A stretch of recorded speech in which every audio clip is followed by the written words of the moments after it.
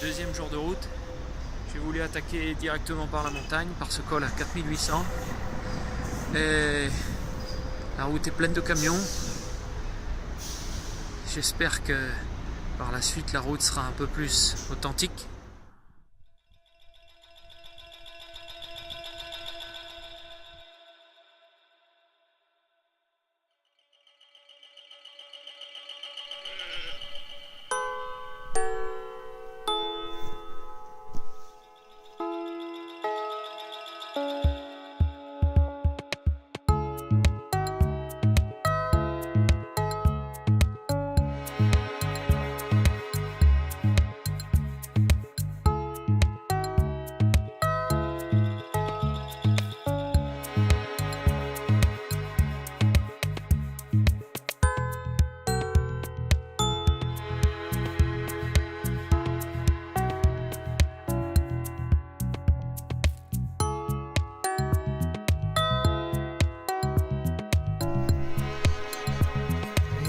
Buenos días. Hola. Hola. Buenos días.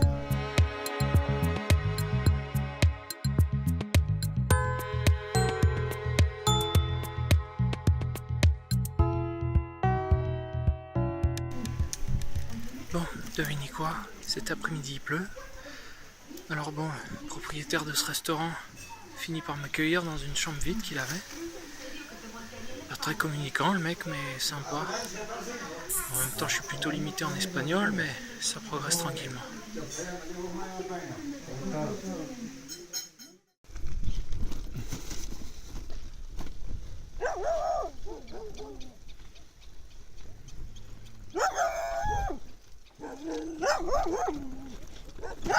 Là il y a du chien excité là.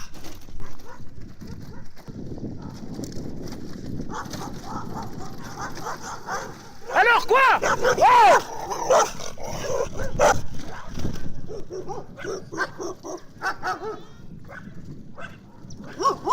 Oh! Oh!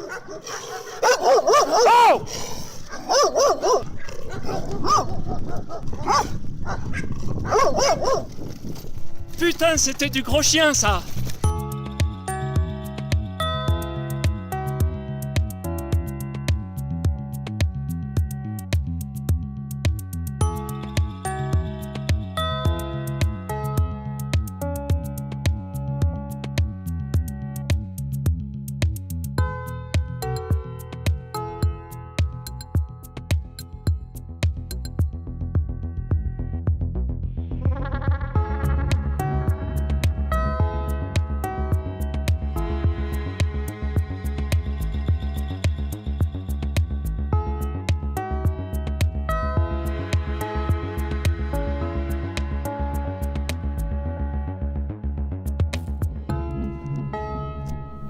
Bolivia, premier jour, lac Titicaca.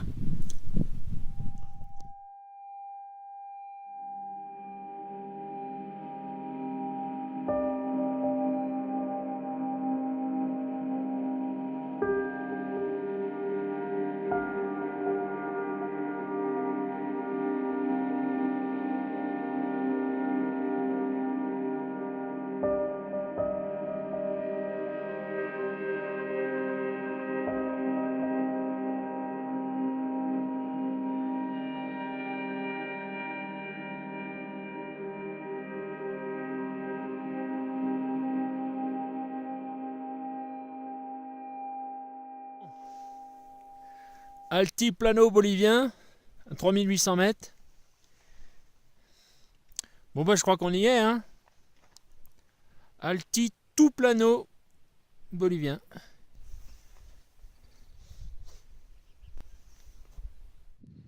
Moi j'aime bien faire des pauses au milieu de la route, mis nulle part, et écouter le silence.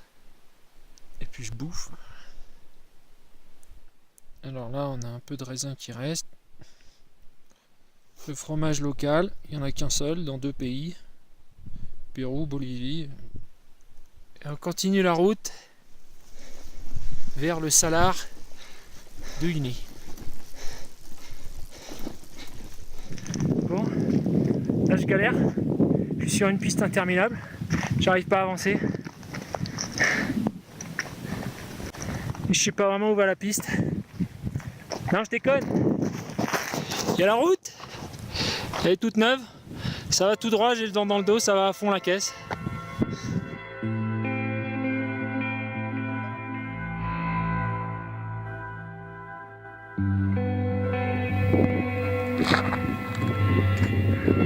Ouais, ça fait 2 heures que je roule sur un chemin tout pourri, avec du sable. Enfin bon, je galère depuis la ville de Salinas. Et pour enfin découvrir le salar. Et quand tu le vois en vrai, ça fait de l'émotion. Ça y est, j'entre dans le salar. Il y a 10-15 cm d'eau. Et on va voir comment ça avance. Et il paraît que ça a l'air un peu plus sec au fur et à mesure qu'on avance. Et il y a un vrai silence.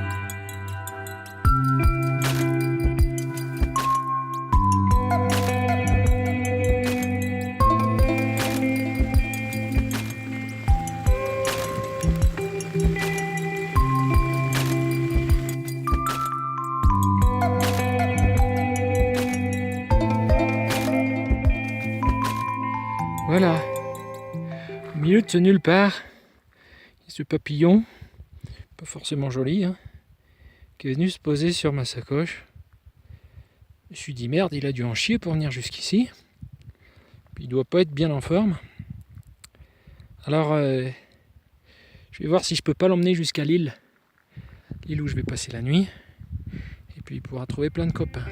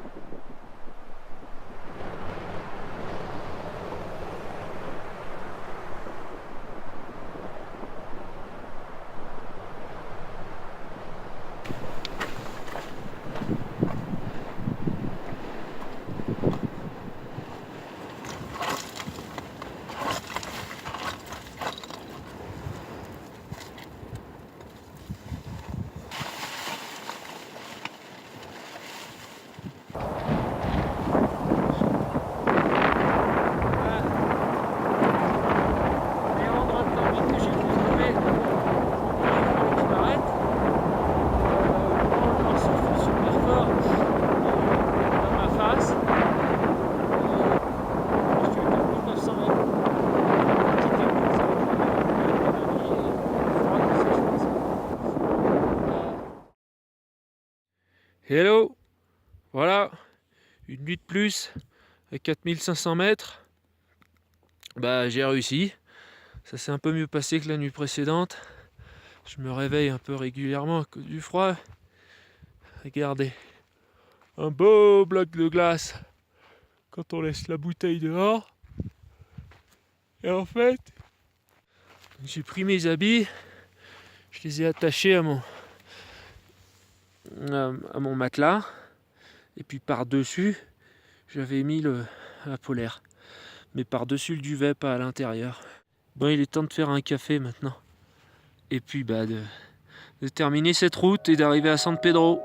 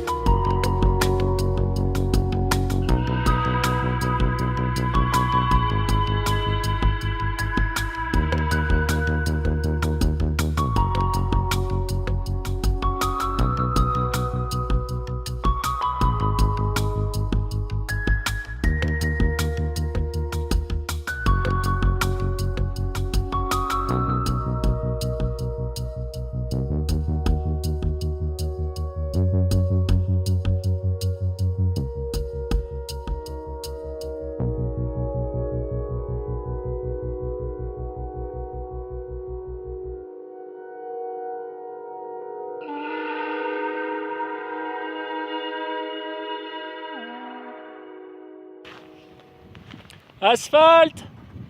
La fin de 8 jours de piste. Regarde.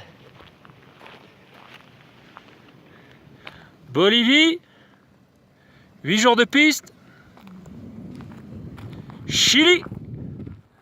Asphalte.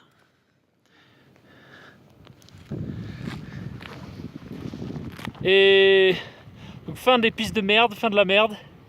Mais en fait, c'est de la merde, mais c'est beau en fait. Et j'ai le droit à 2000 mètres de descente gratuite de ici, 4600 mètres jusqu'à San Pedro. 2400 mètres. Youhou!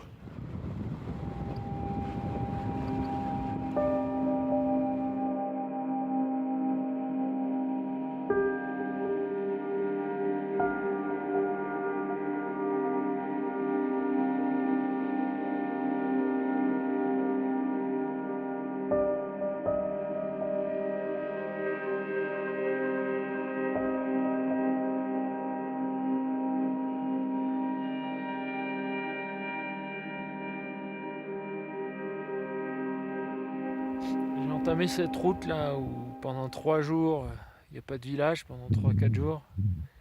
Et hier, voilà, il y a eu la pluie, la neige et tout. Et je peux pas avancer avec ça là. Le vélo il avance pas. Alors je sais pas quoi faire. Parce que il paraît qu'il doit refaire beau, la neige elle va fondre. Je fais quoi? J'attends. Je pose ma tente ici, je reviens au dernier village à 20 km. Sachant que je me suis tapé quand même 600 mètres de dénivelé. Ouais, t'es dans ces moments où tu dis, je sais pas, est-ce que je me mets dans la merde ou pas?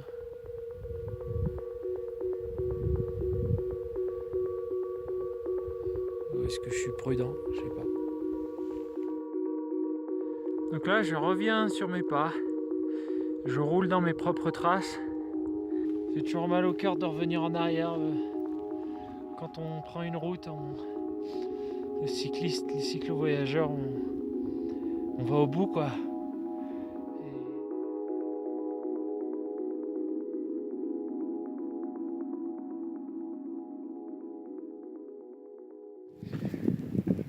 Ouais, je suis toujours dans cette folle journée où je suis parti de San Pedro et je voulais arriver à la frontière.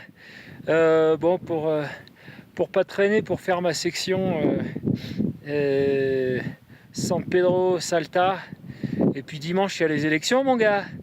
Donc j'aimerais bien être au courant, avoir un peu de wifi. Et donc là je l'ai fait là jusqu'à faire le point le plus haut, et puis maintenant il n'y a plus qu'à descendre jusqu'au poste frontière. Et au poste frontière, il paraît qu'il y a les mecs qui donnent des lits et peut-être même une douche chaude, on m'a dit. Regardez comme c'est beau.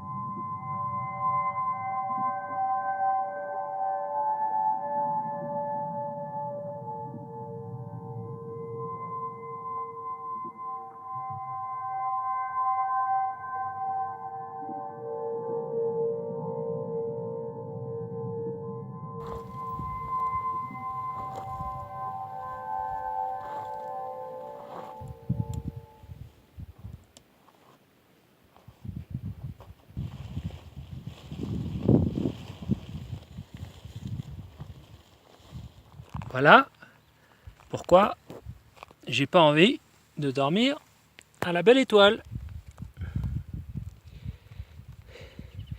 Qu'il faut mettre la tente tout le temps.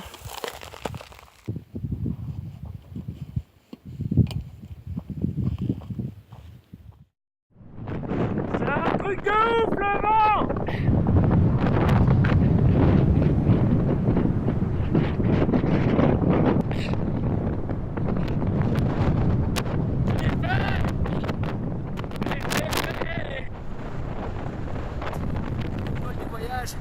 Alors, à partir de maintenant, ce sera la descente sur 3 ou 4 jours selon l'état de la piste et la fin du voyage qui s'approche quoi. Alors on va essayer de profiter un maximum de la nature, des paysages.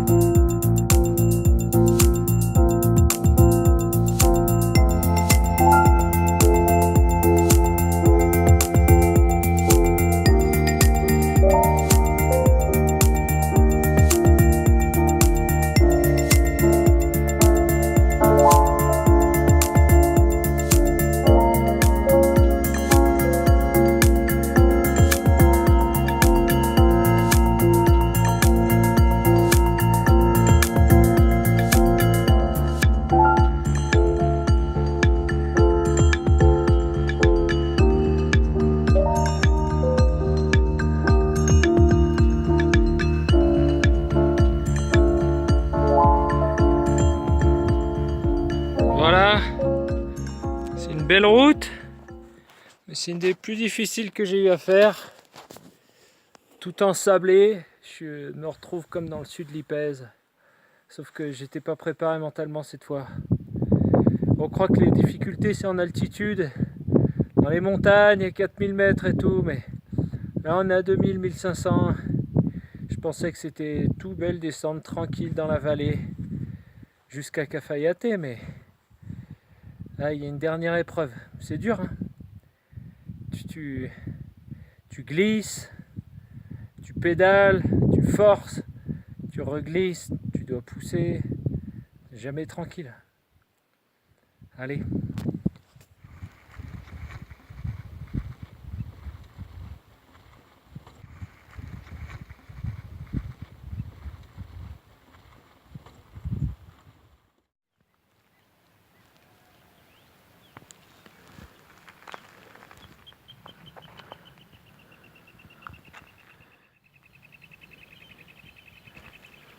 Voilà mon campement de la veille. C'est pas trop mal passé. Je me suis mis sous cet arbre. Je me sens un peu plus protégé. De quoi je sens toujours un peu en insécurité quand on campe seul. C'est une sensation assez unique. Alors cette nuit c'est quoi? C'est des ânes. Il y a des ânes en liberté dans le coin, en rut. Il s'est approché un peu près l'âne à un moment, au milieu de la nuit. Et là tu te réveilles en sursaut. Tu dis hop, c'est quoi le danger? Alors tu réfléchis un peu, tu raisonnes, tu te dis allez, c'est juste un âne qui passe à côté, il fait sa vie. Je suis pas encore complètement habitué à dormir seul en fait. Mais ça vient. Et puis chaque nuit, tu te dis voilà, c'est bon, je l'ai fait, c'est cool. Le petit matin, juste avant de reprendre la route, c'est un moment spécial.